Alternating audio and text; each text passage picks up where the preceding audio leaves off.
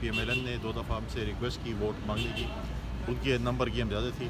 تو اگر ہم الیکشن لڑتے پرائم منسٹر کا تو ہم اپوزیشن میں بیٹھتے کا مطلب ہے کہ پاکستان میں دوبارہ الیکشنز ہوتے اور پاکستان دوبارہ الیکشن کا متعامل نہیں ہو سکتا، جو کہ آپ خیبر پختونخوا اور بلوچستان میں سیکورٹی کے حالات دیکھیں، اکنامیکل کرائسس دیکھیں، لہٰذا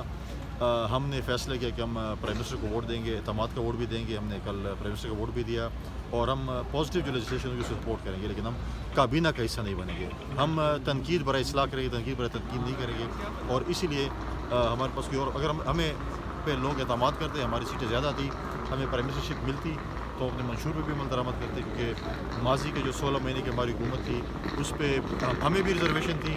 پی ایم ایل این کو بھی ریزرویشن تھی کہ وہ صحیح طریقے سے حکومت نہیں چلا سکتے اتحادیوں کی وجہ سے، ہمیں اپنی ریزرویشنس تھی، تو ہم نے اس دفعہ چانس دیا پی ایم ایل این کو کہ وہ فل فلیج حکومت میں آئیں اور اس ملک کو اندھیروں سے نکالیں اور اجالے کی طرف۔ سر سوشل ایپس بند ہونی چاہیے، سوری سوشل ایپس بند ہونی چاہیے یہ تو کوئی کسی بیوقوف کی تجویز ہو سکتی ہے، کوئی پیپلز پارٹی کے سینیٹر ہیں جو سینٹ میں یہ قرارداد پیش کرنے جا رہے ہیں کہ دیکھیں آپ میڈیا فالو نہیں کرتے ہیں،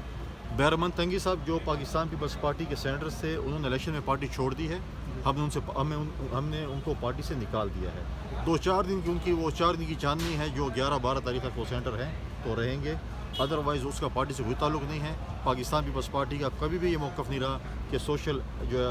ایپس ہے وہ بند ہونی چاہیے۔ الیکشن کے دن جو موبائل پہ پابندی لگی گئی تھی، سب سے پہلے بلال بھٹو زرداری صاحب نے اس کی آواز اٹھائی کہ الیکشن کے دن موبائل پہ جو پابندی ہے وہ غلط ہے، لہٰذا پاکستان پیپلز پارٹی اس قسم کے کبھی بھی اس کو فالو نہیں کرتی کہ اس قسم کے ایپس کو جو بند کیا جائے۔ فیصل صاحب یہ جو رسی زرداری کے ہاتھ میں، تو کب تک وہ نمبرز واپس لیں گے اور حکومت گرانے کے لیے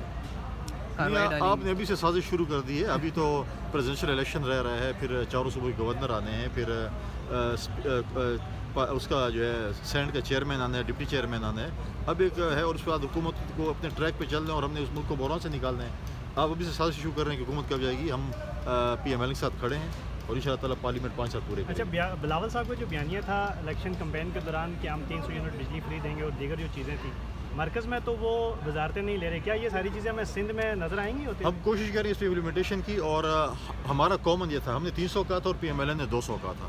چلو 300 نہ تو 200 تو کر دینا۔ ہم کہتے ہیں کہ منشور جو ہمیں کامن پوائنٹس ہیں اس میں تو عمل درآمد ہونا چاہیے، ہمیں بلوچستان میں اور سندھ میں جتنا بھی ہو سکے ہم اپنے منشور پر عمل درآمد کروائیں گے، اور ان شاء اللہ تعالیٰ آپ دیکھیں گے کہ منشور پر عمل درآمد جو ہے ہوگا۔ بہت شکریہ سر، صحافیوں کے سوالات پر بعض ٹائم ہم نے دیکھا ہے بلاول صاحب بھی یہاں پر تھوڑا سا بھرم ہو گئے تھے، کل وہ صوبیہ شاہد نون لیگ کی سر وہ بھی ہو گئی تھی، سر کیا سمجھتے ہیں کہ صحافیوں کے سوال پر اس طرح